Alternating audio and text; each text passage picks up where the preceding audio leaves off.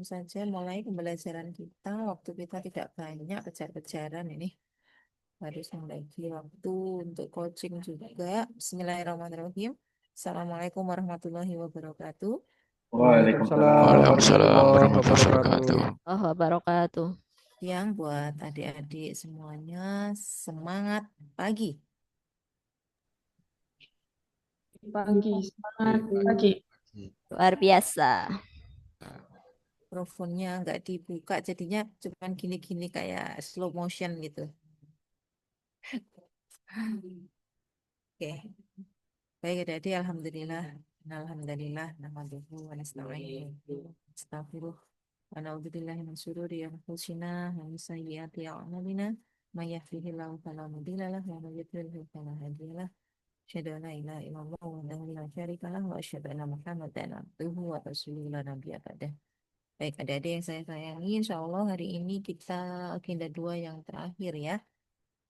Seperti yang saya sampaikan pada pertemuan sebelumnya bahwa hari ini masih ada 2 penugasan lagi yang belum kita sempat diskusikan. Yang pertama penugasan individu ya terkait dengan matriks itu nanti yang akan menjadi core-nya ya pembelajaran kita di siang hari ini. Dan yang satu lagi adalah infografis.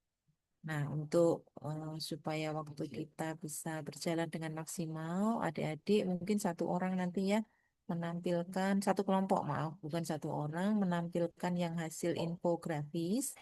Nah, setelah itu nanti kita lanjutkan dengan presentasi tugas individu yang matrik. Nah, di matrik itu nanti kita akan diskusi banyak ya, karena itu menjadi penguatan dan bekal adik-adik untuk nanti menyusun rancangan aktualisasi di agenda 4 ya.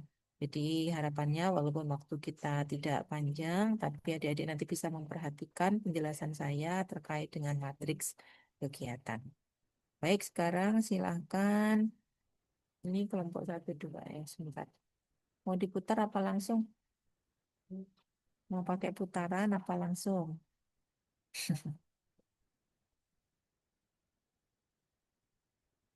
Kalau Kita pakai, saja dulu. mau diputar. Kalau diputar saya buatkan. Yang belum kelompok 1B, Bu, kemarin. Oh, sebentar saya lihat ininya ya. Masih ada ininya saya. Yang sisanya ya. Betul, betul, betul. Ini catatan saya di rumah, tapi ini masih ada. Oh, ini dia. Masih ada 4 kok. Benar ya, ini masih ada 4 kelompok. Angkatan ini enggak ya? Saya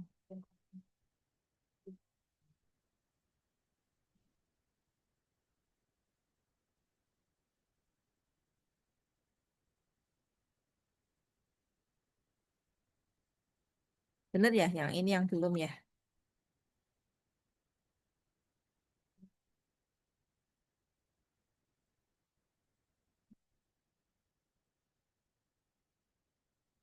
Tiga b.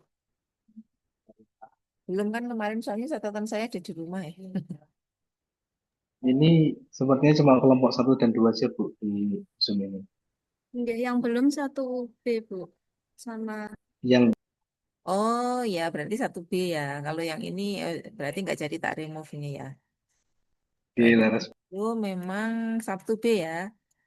Pas toh berarti. Oke, baru nanti yang di kelas berikutnya ya.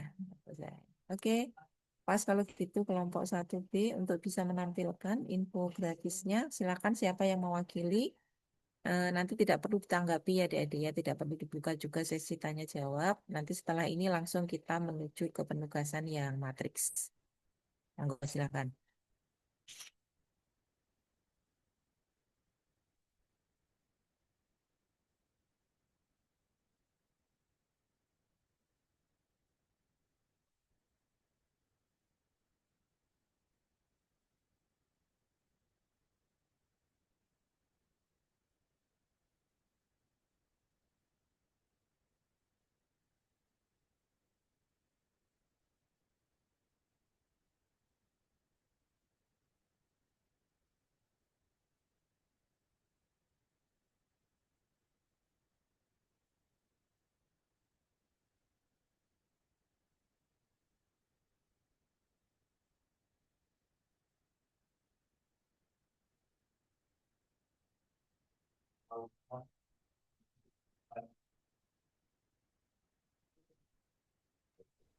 Mohon maaf Ibu, isi share screen Oke.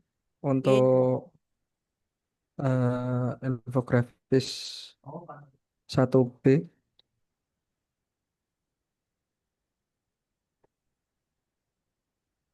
Apakah sudah terlihat? Ya, baik. Sudah. Sampun, Sudah, Pak. Pak. Oke, silakan.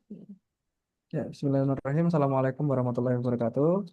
Salam. Pada kesempatan kali Salam ini, warahmatullahi wabarakatuh. kami kelompok 1B yang terdiri dari Ibu Yuliana Rahmanti, Ibu Raras Renji, saya sendiri Yusuf Nur Amali, Ibu Rozana Lia, dan Ibu Wijiwardani ingin menampilkan infografis berkenaan dengan nilai berakhlak dalam pelayanan haji. Lalu selanjutnya mohon dibantu teman-teman sekalian yang kelompok 1B, mungkin dari Ibu Yuliana Rahmanti dulu Bu. Monggo sesuai dengan yang tercantum di infografis. Baik, terima kasih Pak Yusuf untuk infografis. Kita ambil nilai berakhlak dalam pelayanan haji di Kementerian Agama. Untuk yang pertama, core value untuk berorientasi pelayanan.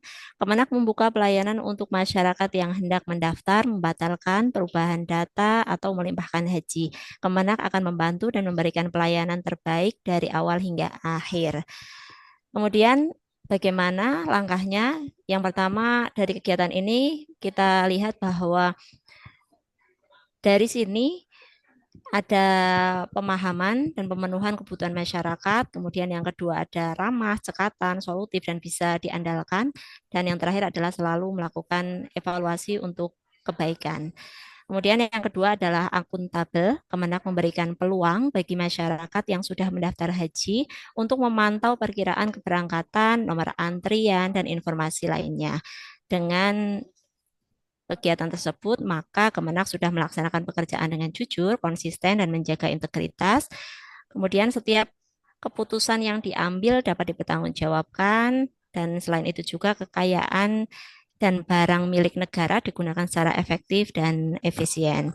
Kemudian dilanjutkan dengan Kak Ros kompeten dan harmonis.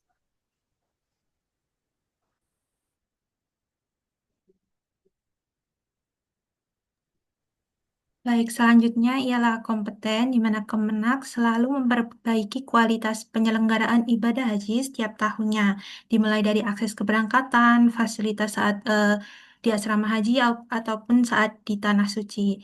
Dengan melaksanakan tugas dengan standar mutu yang tinggi dan penuh tanggung jawab, serta meningkatkan pengetahuan, keterampilan, dan wawasan. Kemudian ada terbuka terhadap perubahan, serta berani menghadirkan ide dan solusi baru, fokus pada capaian kerja yang efektif, efisien, dan bermanfaat. Kemudian yang selanjutnya ialah harmonis. Kemenak tidak membeda-bedakan saat memberikan pelayanan haji, tidak memandang latar belakang calon jemaah haji, terlihat siapa yang mendaftar duluan pasti akan mendapatkan kesempatan untuk bisa berangkat lebih dulu. Yaitu kemudian mereka menghargai setiap orang apapun latar belakangnya, kemudian membangun lingkungan kerja yang kondusif. Selanjutnya akan dilanjutkan oleh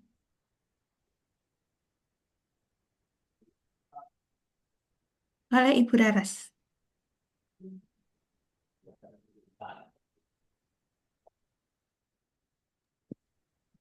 Ibu, apakah suara saya terdengar? Jelas. Dengaran jelas, Mbak.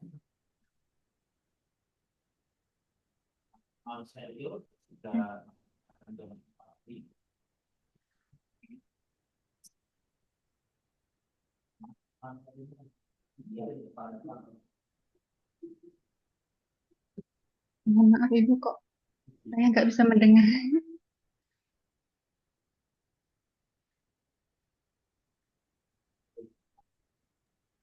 Ini enggak Terdengar kedengaran. jelas Mbak Ibu. Untuk selanjutnya yaitu yang adaptif. Terdengar ya, Bu? Nah, ini kedengar jelas kok, Mbak Raras.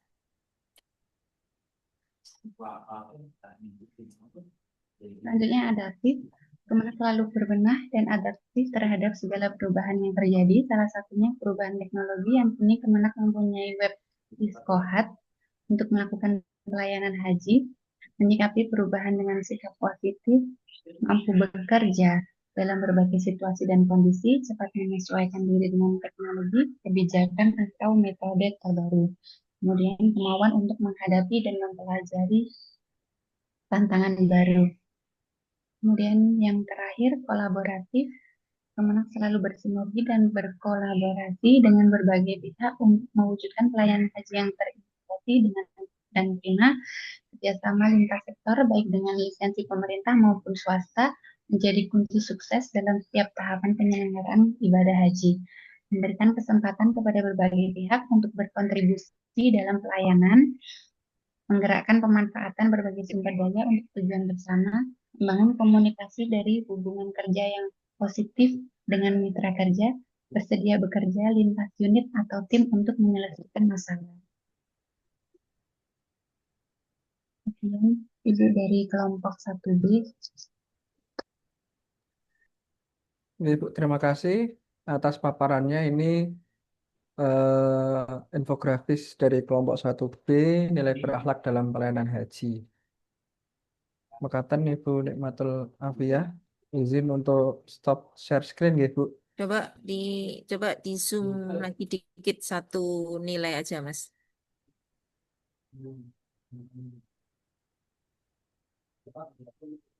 Ini Bu. Oh, jadi kelompok 1B ini membuat infografisnya terkait dengan layanan haji yang di atas itu menjelaskan letak layanan haji di masing-masing nilai ya. Baru di bawahnya diperkuat dengan panduan perilakunya. Gitu nggih, Mas? Nggih, Bu. Oke, oke. Baik, bagus. Jadi panduan perilakunya dijelaskan di bawahnya. Baik adik-adik, ini yang saya maksud ya. Maksudnya biasanya kan eh, kadang ada yang menjelaskan hanya berakhlaknya saja ya. Mulai dari panduan perilakunya saja, terus kemudian diberikan gambar-gambar gitu. Nah, yang saya inginkan seperti ini. Jadi adik-adik bisa explore ya. Artinya jenis layanan apa yang kemudian itu terkait dengan bagaimana penerapannya pada berakhlak. Nah, tadi diperkuat untuk mengingatkan kembali itu di bawahnya ada panduan perilaku sesuai dengan masing-masing nilai ya yang sudah ada pada beberapa bahan tayang yang kita berikan ya adik-adik ya. Nah, panduan perilaku itu gunanya untuk apa? Nanti pada saat adik-adik apa namanya menghubungkan ya, mengaitkan antara kegiatan-kegiatan solusi sebagai solusi kreatif dan inovatif kita ya di dalam rancangan atau matriks kegiatan itu. Nah, itu terkait dengan nilai yang mana. Nah, adik-adik melihat pada panduan perilakunya. Nah, kira-kira kalau yang berorientasi pelayanan itu memuat apa saja ya, paling tidak indikator di dalam orientasi pelayanan itu supaya adik-adik nanti tidak bingung gitu ya. Kira-kira sampai dengan detik ini biasanya saya pakai tools Mentimeter ya saya untuk menggali pemahaman adik-adik semuanya ya. Tapi waktu kita kayaknya nggak cukup ya habis nanti saya tidak bisa menjelaskan yang matriksnya ya. Jadi intinya ketika adik-adik merasa buntu, kesulitan, ini terkait dengan nilai yang mana ya? Apakah kolaboratif atau kompeten atau akuntabel? Maka adik-adik coba lihat pada beberapa keywords ya, kata kunci ataupun panduan perilaku yang ada pada masing-masing nilai. Itu nggih? Baik, sekarang kita lanjutkan. Berarti ini kelompok. Kita lanjutkan. Nanti kalau ditunjuk pasti nggak ada yang mau ya, adik-adik ya. Kalau disuruh siapa sukarela mau presentasi matriks, kira-kira ada yang mau nggak? Bu, Boleh, izin Bu. kalau saya dulu pripun, Bu. Saya takutnya keluar lift karena mati lampu di sini. Oh, boleh, boleh. Nggih, Boleh banget, Kak. izin deh, Bu. Paling nanti yang presentasi satu atau dua orang ya. Tapi kalau presentasi malah enak ya, karena kita akan review bareng-bareng ya adik-adik ya. Silakan Mbak.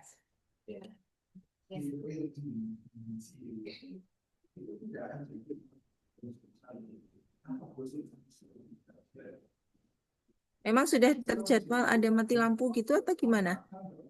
Belum, Bu. Ini tiba-tiba ini sampun hidup lagi, Bu. Alhamdulillah. Niki Oh sampun gitu. terlihat dereng nggih, Bu. Sudah. Nggih. Nggih. Assalamualaikum warahmatullahi wabarakatuh. Waalaikumsalam warahmatullahi wabarakatuh. Agak di Nggih. Zoom ya Mbak.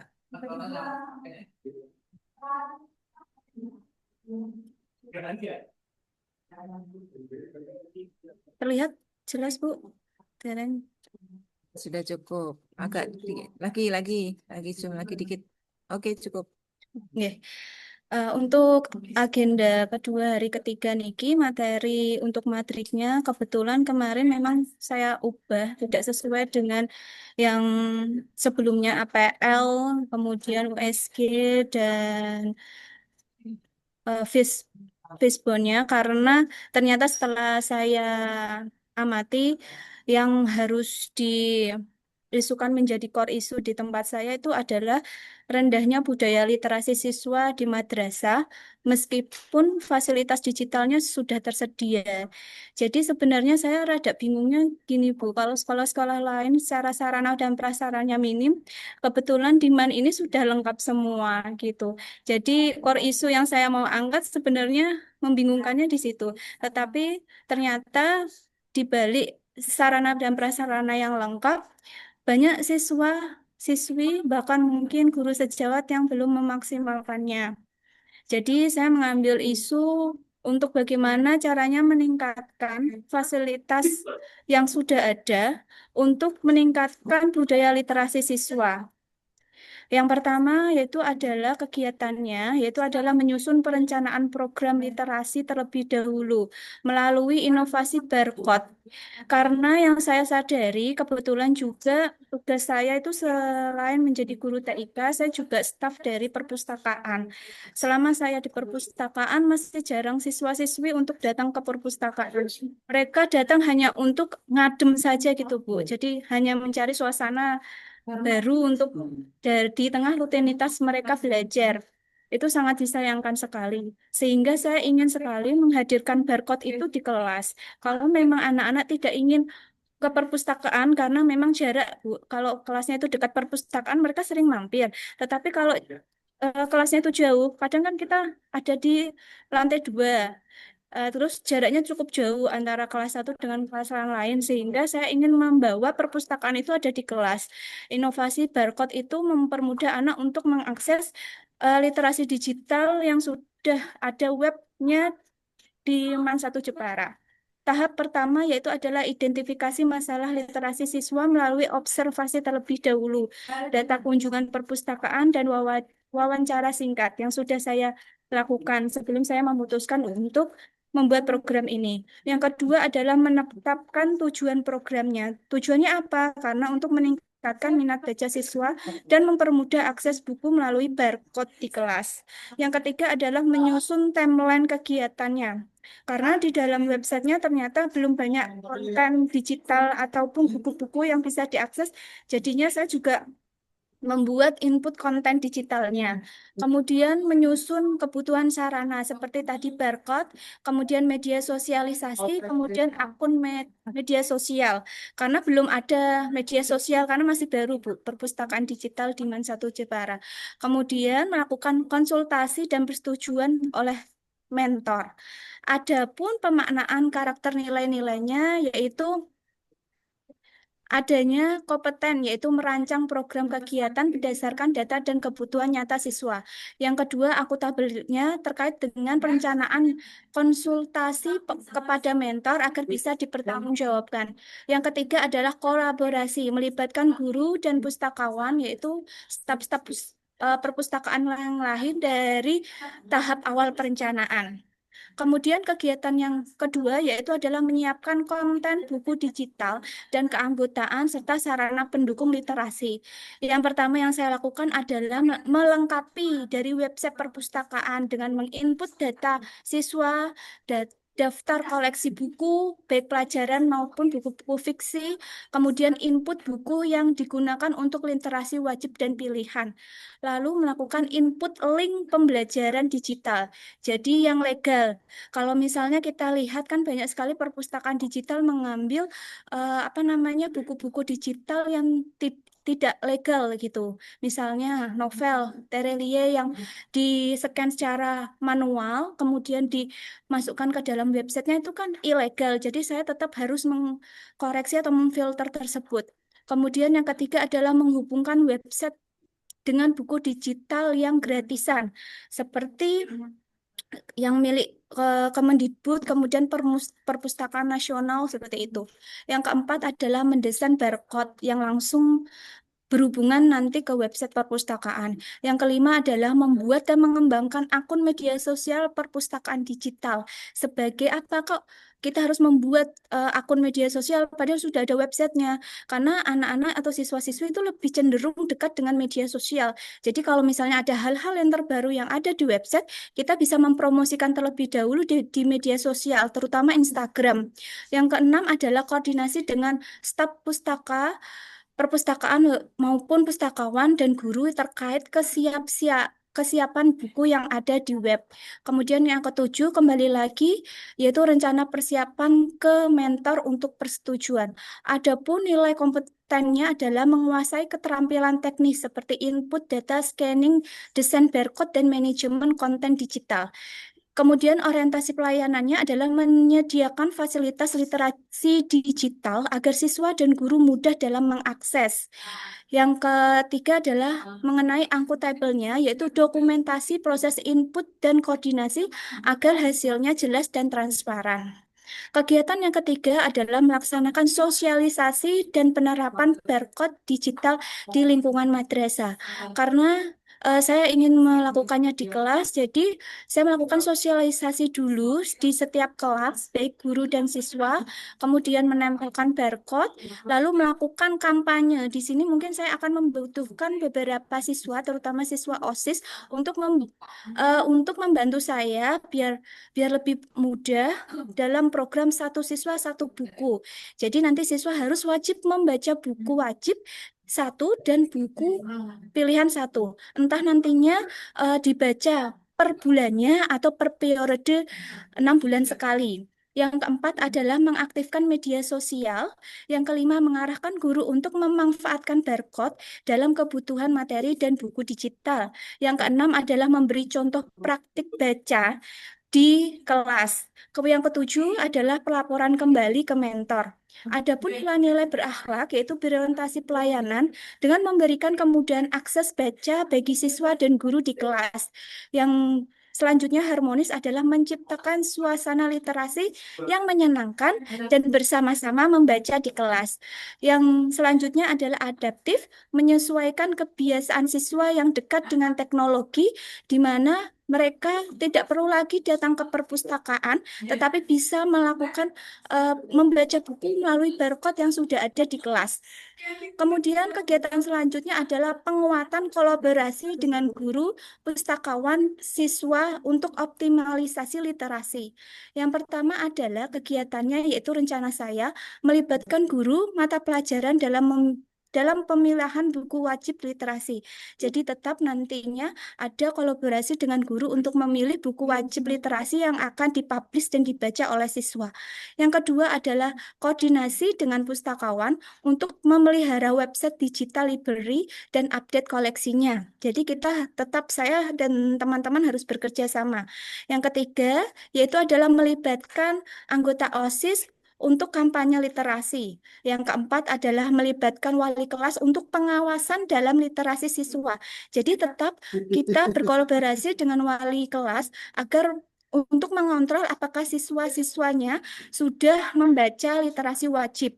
Yang kelima, yaitu adalah hasil kolaborasi dan pengembangan program secara berkala tetap saya laporkan ke mentor saya. Adapun nilai-nilai berakhlaknya, yang pertama adalah kolaboratif, yaitu bekerja sama dengan guru, pustakawan, anggota OSIS, dan wali kelas. Kemudian loyal menunjukkan komitmen pada visi madrasah dalam meningkatkan literasi. Yang ketiga adalah akuntabel, melaporkan perkembangan secara berkala kepada mentor dan kepala madrasah. Kemudian kegiatan terakhir yaitu adalah melakukan evaluasi dan monitoring berkala untuk perbaikan berkelanjutan. Yang pertama adalah laporan, yaitu jumlah akses barcode secara mingguan. Kemudian yang kedua adalah mengecek perkembangan input koleksi buku digital. Kemudian yang ketiga adalah mengumpulkan feedback siswa dan guru tentang kemudahan penggunanya. Yang keempat adalah melakukan refleksi bersama guru sejauh mana barcode dan website ini dapat membantu pembelajaran. Yang kelima adalah mengidentifikasi siswa yang aktif atau pasif dalam membaca buku. Yang keenam adalah memberikan reward sederhana kepada siswa atau guru yang konsisten. Yang ketujuh adalah melakukan perbaikan konten literasi dari hasil evaluasi. Yang kedelapan adalah melaksanakan monitoring dan evaluasi bersama mentor untuk perbaikan berkelanjutan. Yang kesembilan adalah nantinya laporan akhirnya digunakan untuk mendukung pembimbingan latsar dan pihak madrasah. Adapun nilai-nilai berakhlaknya yaitu akuntabel, yaitu adalah laporan data akses, laporan dan hasil evaluasi dapat dipertanggungjawabkan. Kompetennya adalah memperbaiki program berdasarkan evaluasi dari hasil yang lebih baik. Kemudian adaptifnya adalah melakukan perbaikan sesuai kebutuhan siswa dan guru yang terus berkelanjutan dan berkembang. Sekian dari saya, Bu. Oke, baik. Terima kasih, Mbak Wiwi. Coba scroll ke atas, Mbak. Mbak Wiwi mendapatkan tugas perpustakaan itu ada ininya ya, Mbak ya. Ada penugasan direct dari pimpinan J. atau ada SK-nya.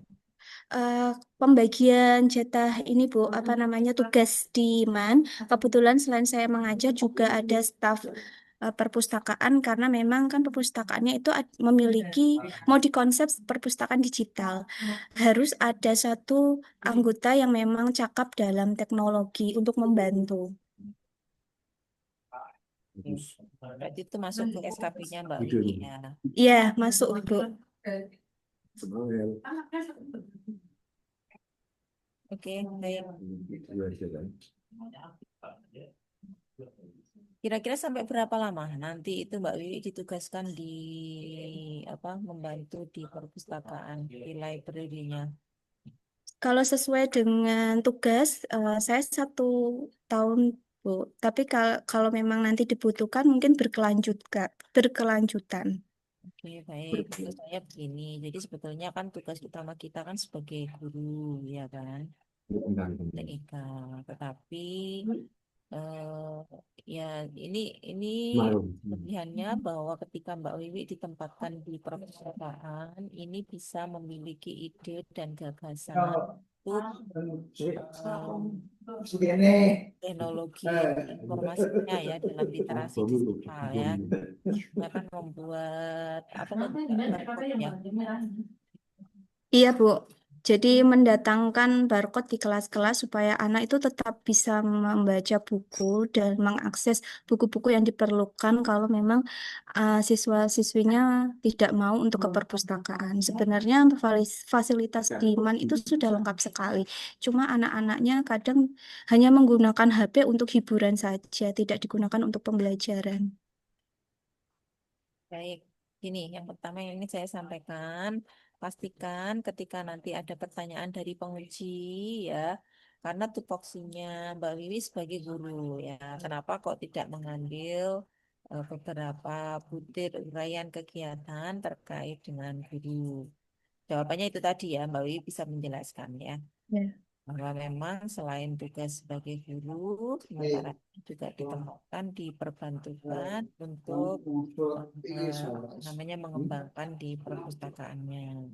Dan yang dikerjakan oleh Mbak Wiwi ini terkait dengan keaktifan Mbak Wiwi sebagai kita, gitu ya. Nanti Iya. seandainya muncul ya barangkali antisipasi. Nah, dari kegiatan-kegiatan yang disusun, insya Allah ini sudah cukup detail ya, terutama di tahapan. Saya ingin menjelaskan kepada adik-adik semuanya, tidak hanya apa yang sudah dibuat oleh Mbak Wiwi, tapi saya ingin menjelaskan secara umum ya, pengetahuan terkait dari matriks kegiatan ini. Baik adik-adik, yang pertama ya, bahwa tugas individu menyusun matriks kegiatan ini merupakan bagian ya dari matriks rancangan kegiatan pada agenda 4 ya. Jadi matriks yang sudah adik-adik susun sekarang itu merupakan bagian dari matriks rancangan kegiatan di agenda 4 ya, yang akan adik-adik susun nanti.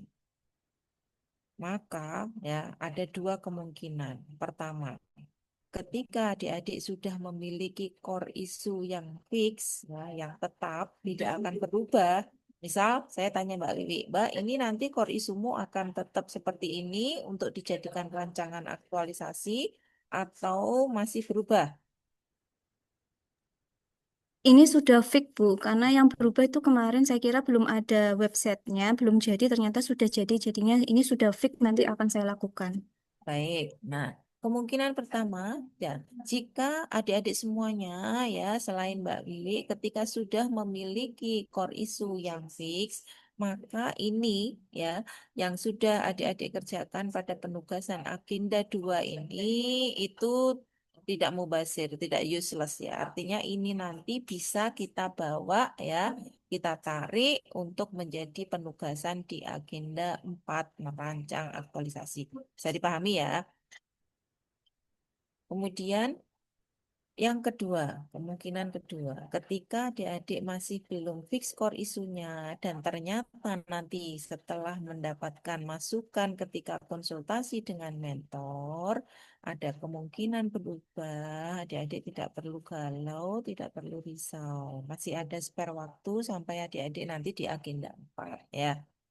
Tuh, kalau sudah masuk agenda 4, maka mau tidak mau kita harus sudah memiliki core isu yang sudah fix, yang sudah tetap dan tidak berubah lagi. Gitu ya.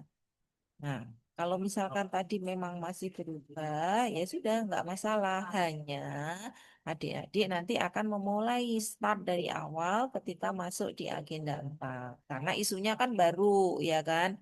Tidak seperti yang adik-adik lakukan sekarang. Ya, diambil apa namanya positif negatifnya saja ya. Kalau yang sudah memiliki core issue yang fix seperti contoh Mbak Wiwi sekarang, maka yang sudah dibuat ini nanti bisa kita pakai di agenda keempat, merancang aktualisasi. Tuh. Jadi itu dari sisi isunya dulu. Berikutnya, yang kedua, dari isu core isu yang terpilih ini tentu tidak muncul secara tiba-tiba. Namun, adik-adik sebelumnya itu telah diajak untuk melakukan analisis terlebih dahulu dari beberapa isu yang ada. Ya, taruhlah misalkan punya 5 isu ya yang sudah adik-adik identifikasi, yang sudah dideskripsikan dan sudah di scanning dengan agenda 3 ya kan sebagai sumber isu. Oh, isu rendahnya budaya literasi ini masuk apa? Oh, di agenda 3 dia masuk Smart ASN gitu ya. Jadi kelima isu yang ketika kita sudah identifikasi, adik-adik harus apa namanya melakukan scanning ya. Apakah isu tersebut itu masuk bahasan manajemen ASN atau Smart ASN. Nah, maka berikutnya akan dilakukan analisis untuk memilih satu core isu dengan menggunakan tools APKL dan USG sampai akhirnya ketemu satu core isu. Ketika sudah ketemu core isu, ya ini Mbak Wiwi ketemu rendahnya budaya literasi siswa di madrasah.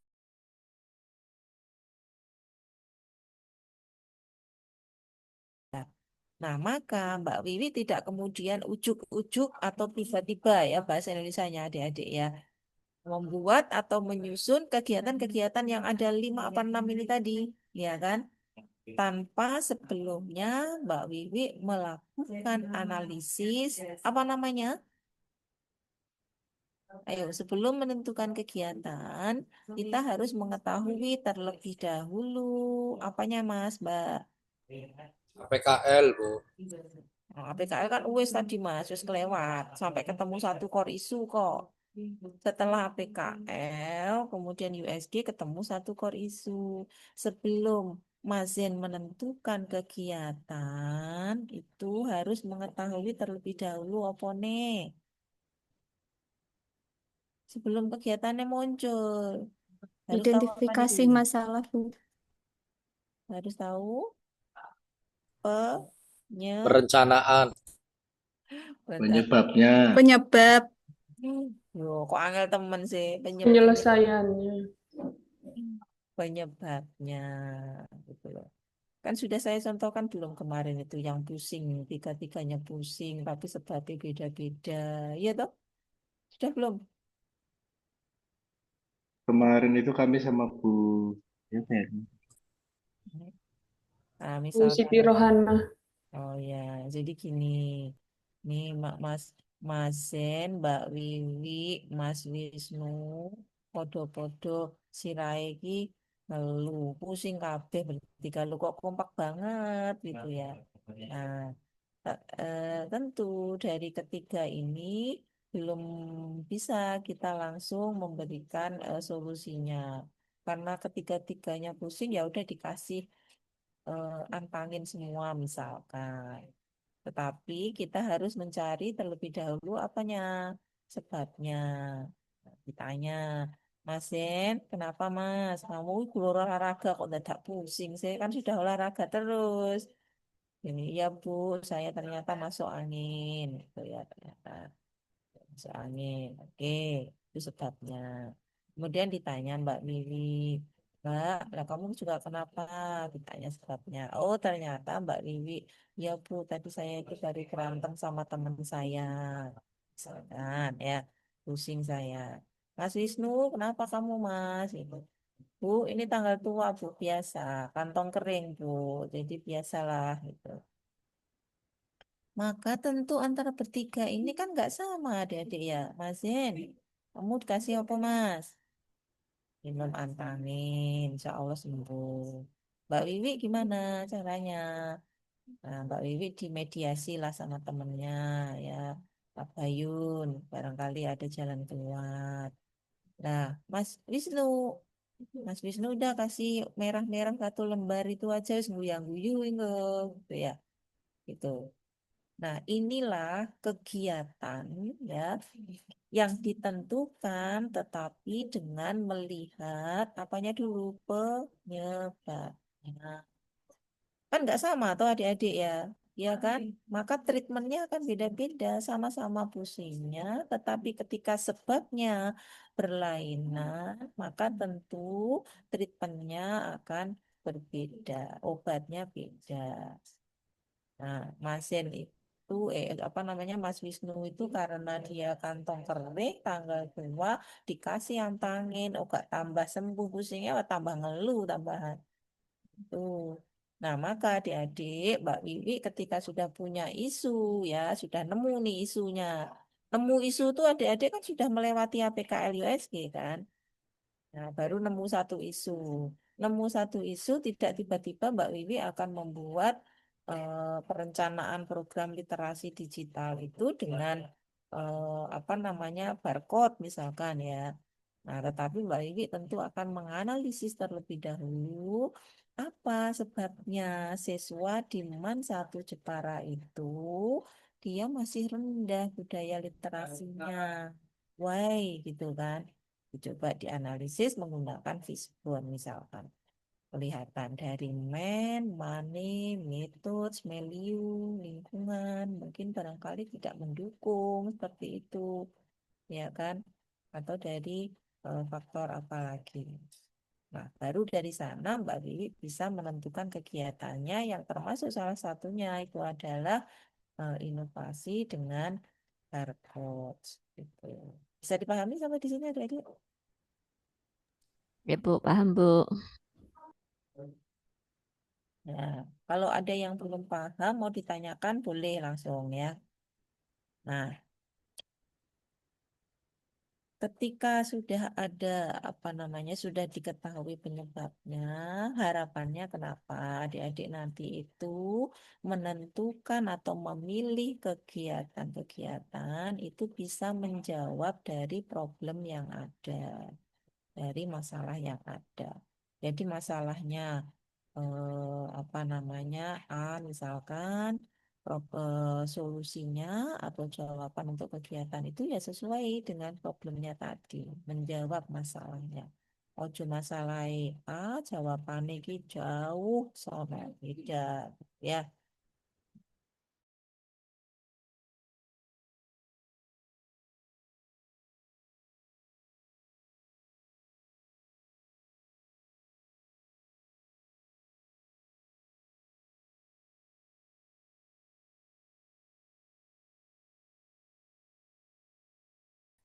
Penilaian pada rancangan aktualisasi. Untuk kegiatan itu minimal sebetulnya 3 ya. Nah, 3 itu adik-adik sudah pada level yang paling tinggi, level 4. Level 4 tuh nilainya minimal 85,1. Jadi kalau adik-adik sudah punya 3 kegiatan, sebetulnya sudah memenuhi persyaratan di level paling tinggi untuk penilaian apa namanya ide atau kegiatan kita. Tetapi kami mengarahkan adik-adik itu jangan ambil minimnya, tapi dilebihkan. Paling tidak 4 atau 5 kegiatan. Nah, 4 atau 5 kegiatan tersebut itu setidaknya memuat 3 poin penting. Ya. Yang pertama, perencanaan.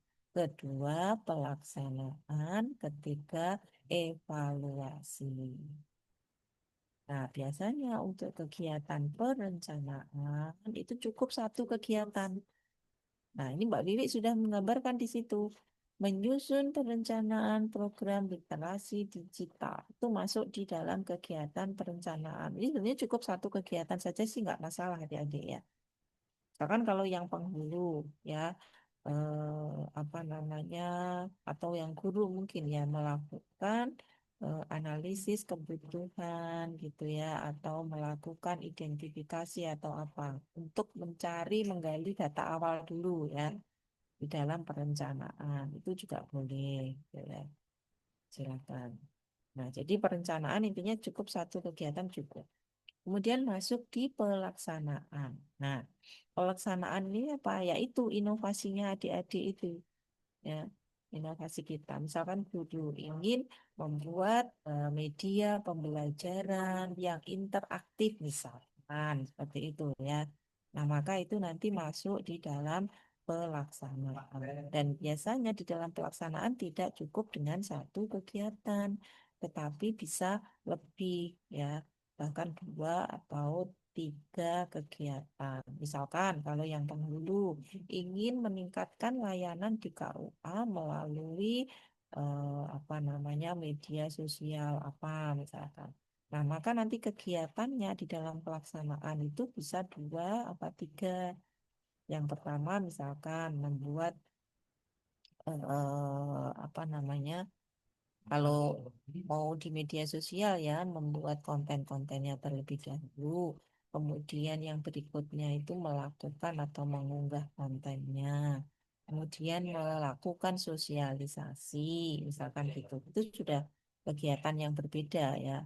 Nah, nanti tahapannya lebih rinci lagi ya adik-adik ya. Di tahapan itu merinci dari kegiatan. Jadi di pelaksanaan itu boleh boleh 2, boleh 3 atau lebih monggo silakan. Yang penting ya catatannya dalam waktu 1 bulan itu adik-adik bisa menyelesaikan ya. Jadi kegiatannya banyak gitu ya, tapi nggak bisa menyelesaikan di 1 bulan. Itu nanti akan menjadi problem karena kegiatan adik-adik itu akan menjadi tagihan pada saat laporan atau seminar laporan aktualisasi. Jadi kita bikin kegiatan bukan yang sedikit sekali, bukan yang terlalu banyak. Karena gini ya adik-adik, nah pada saat ujian, kegiatannya dikit, masa CPNS dalam waktu 1 bulan cuman bikin 1 konten di Instagram, ya nggak mungkin ya misalkan itu ya. Atau mungkin kegiatannya terlalu banyak. Ditanya juga sama penguji, ini kira-kira bisa selesai apa enggak dalam 1 bulan gitu ya. Jadi silakan adik-adik nanti manage kegiatannya ya, yang memang realistis ya, kita bisa menyelesaikan kegiatan-kegiatan tersebut dalam 1 bulan. Bisa dipahami ya? Oke, jadi kalau tadi perencanaannya cukup 1, kemudian di pelaksanaan 2, kegiatannya sudah berapa ini? Sudah 3 kan? Nah, ditambah 1 lagi kegiatan evaluasi, monitoring dan evaluasi. Jadi total sudah 4 kegiatan adik-adik, ya kan? Intinya seperti itu. Nah, ini saya belum lihat secara rinci ya di tempat Mbak Wiwi, tapi sekilas tadi saya sudah perhatikan di tahapannya itu luar biasa. Kamu rinci banget ya Mbak ya kegiatan. Jadi adik-adik yang namanya tahapan kegiatan itu tidak hanya 1. Emang ada Bu? Ya ada, kalau nggak ada ya nggak cerita saya ya. Jadi membuat tahapan kegiatan itu, misalkan kegiatannya ini melaksanakan evaluasi dan monitoring. Nanti tahapannya cuma 1 aja, 1 dokpil nggak ada temennya gitu. Dan namanya tahapan kegiatan itu tentu step by step ya. Jadi minimal 2, ya minimal itu 2. Karena namanya aja tahapan adik-adiknya bertahap. Kalau cuma 1 kan bukan tahapan gitu ya, itu di apa namanya diperhatikan ya tuh. Nah, kemudian itu jumlahnya ya. Nah, kemudian bagaimana keterkaitan berakhlak ini di Mbak Wiwi ini sudah saya lihat ya, masing-masing sudah ada paling tidak 3 ya. 1 kegiatan memuat 3. Nah, adik-adik nanti sebelum kolom yang keterkaitan dengan nilai berakhlak itu, setelah tahapan itu ada 1 kolom lagi yaitu kolom output ya. Nah, kolom output ini silakan itu disesuaikan dengan tahapannya. Tahapannya apa, outputnya apa. Jadi kalau misalkan Mbak Wiwi ini rinci banget tahapannya, itu sebenarnya nomor 9 itu nggak perlu Mbak. Menyusun laporan akhir kegiatan. Nggak usah, itu kan laporan LA. Ya, laporan LA itu adik-adik automatically ya. Adik-adik kalau sudah melaksanakan semua kegiatan ya harus nyusun laporan, ya kan. Yang dimaksud evaluasi dan monitoring di sini adalah evaluasi terkait dengan proyek kita.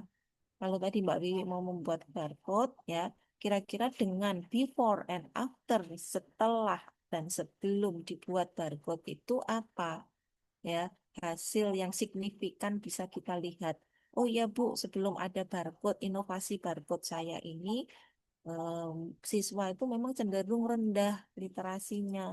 Ditandai mungkin dari pengunjung di perpustakaan itu nggak pernah ada, barangkali kan.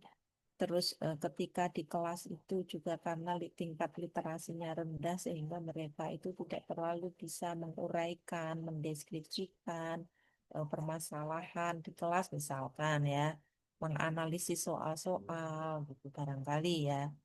Tuh, tapi setelah ya after ada barcode tadi, oh ternyata sekarang kunjungan di perpustakaan mungkin meningkat, buku-buku sudah banyak yang dipinjam atau apa misal ya.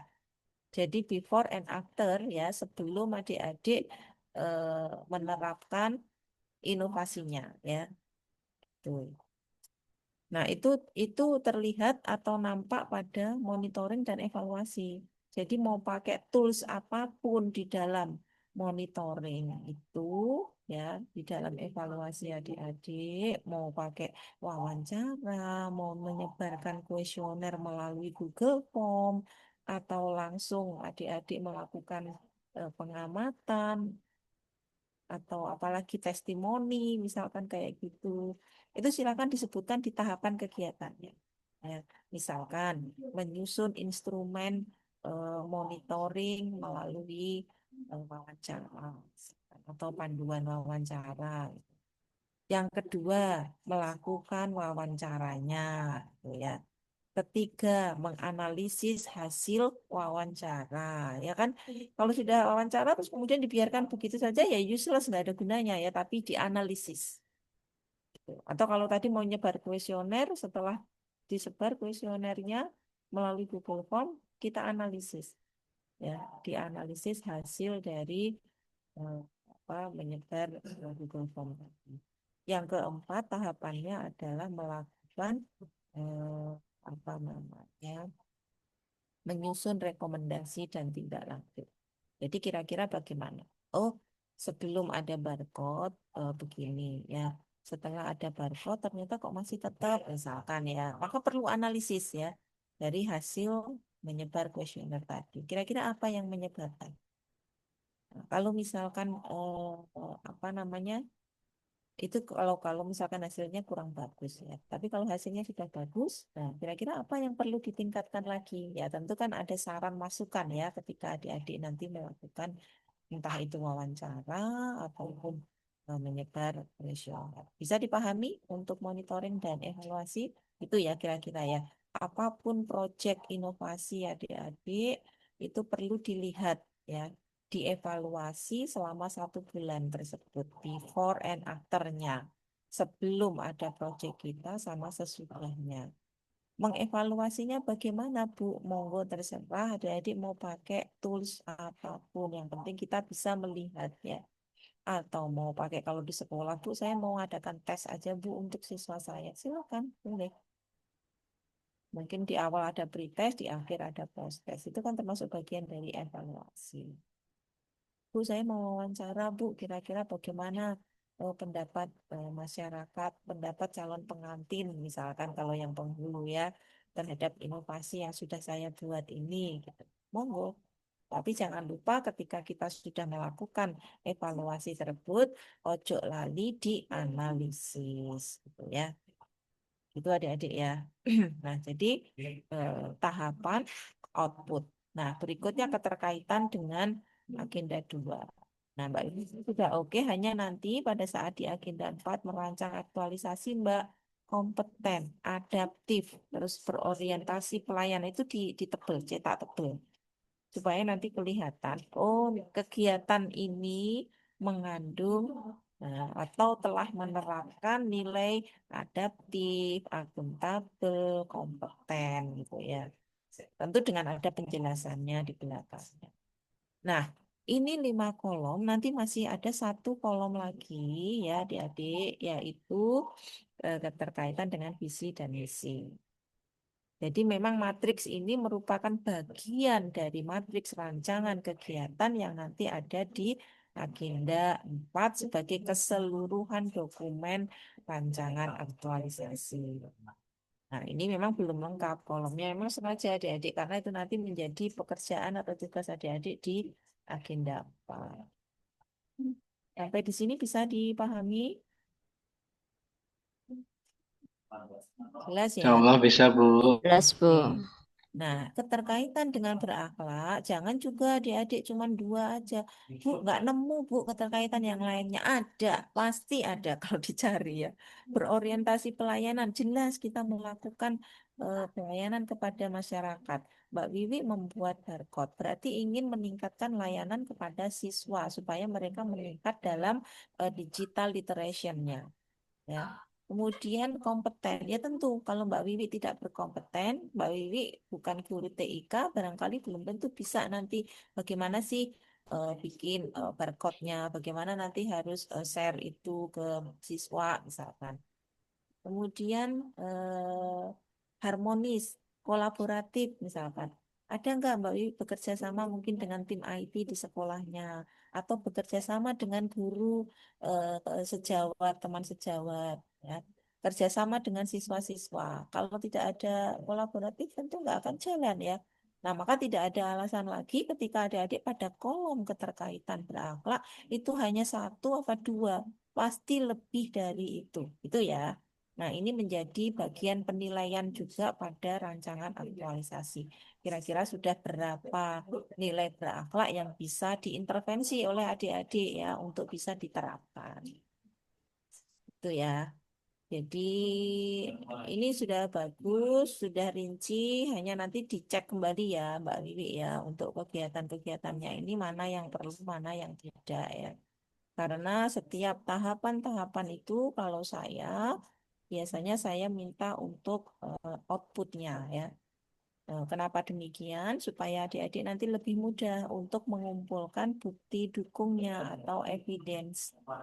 Kalau sudah step by step, satu tahapan ada outputnya, adik-adik nanti kalau saat di apa namanya di masa habituasi sudah implementasi, tiap minggu atau tiap pekan harus mengumpulkan laporan, ya laporan mingguan. Kalau kita sudah mengerjakan, ada buktinya ini, entah buktinya itu berupa foto, ya dokumentasi, atau hanya notulen, atau hanya eh, misalkan kita upload sesuatu ke Google Drive, berarti linknya, ya kan?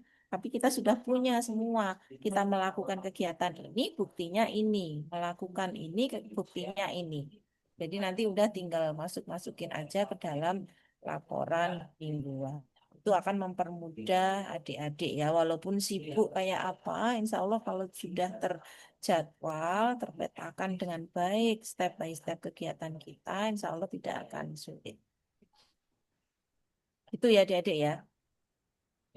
Jadi ini yang ingin saya sampaikan supaya adik-adik nanti mendapat gambaran ketika mengerjakan apa namanya rancangan aktualisasi ya pada matriks kegiatan. Baik, ada yang perlu ditanyakan? Ketoke wis pinter-pinter kabeh to, wis iso apa wis dadi rancangan aktualisasi nih. Izin bertanya Bu Nikmah. Ya Mbak Yuliana. Saya agak kalau postas kan jelas ya karena anak itu sudah dikenai treatment gitu nggih. Kan Ya. kebetulan saya ngambil model pembelajaran berbasis problem based learning gitu Pak, Bu. Nah, Ya. kemudian itu latar belakangnya diawali dari misal saya ambil dari nilai matematika di bab sebelumnya yang di dalamnya itu soal penilaian hariannya membutuhkan critical thinking seperti itu. Ternyata nilai anak masih rendah. Nah, itu kan menjadi latar belakang saya mengambil judul tersebut.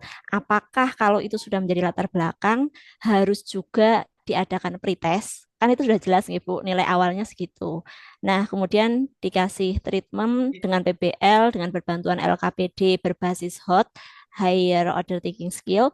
Nah, kemudian dapatlah misal post test. Nah, apakah perlu adanya pretest? Itu saya masih bingung, Bu.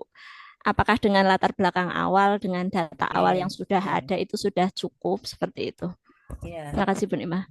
Baik, kalau seperti itu tidak perlu bunyinya post-test, tetapi cukup dengan evaluasi ya.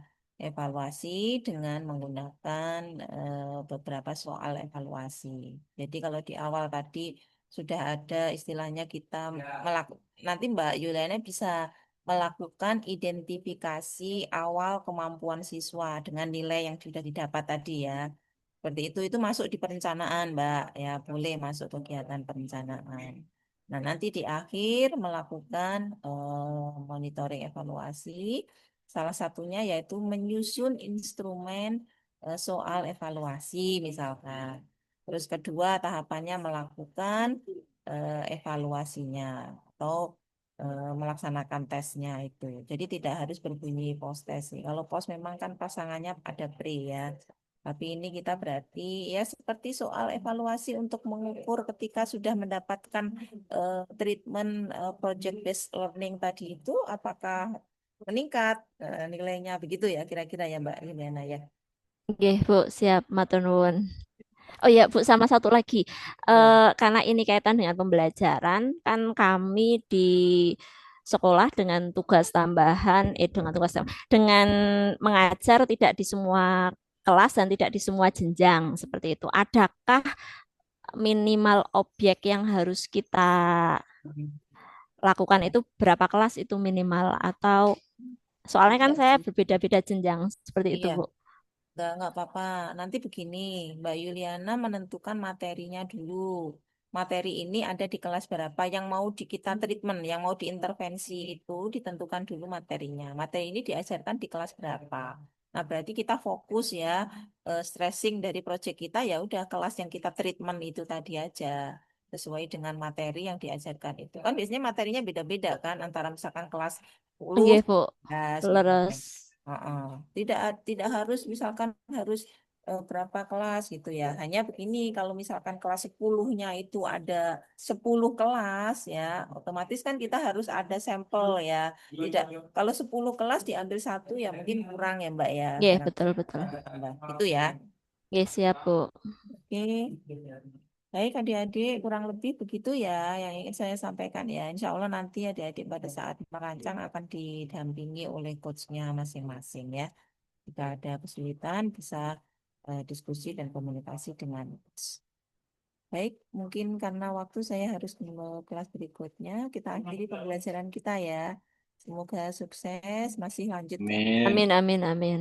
dan berikutnya. Saya akhiri, selamat siang buat adik-adik semuanya. Assalamualaikum warahmatullahi wabarakatuh. Waalaikumsalam. Waalaikumsalam warahmatullahi Wabarakatuh. wabarakatuh. Terima kasih, Bu. Terima kasih, Bu. Terima kasih Bu Nikma, sehat selalu. Bu Nikma, langsung ke main room mawon. Oke. Udah ditunggu. Oke. Yang belum absen BLC, absen dulu.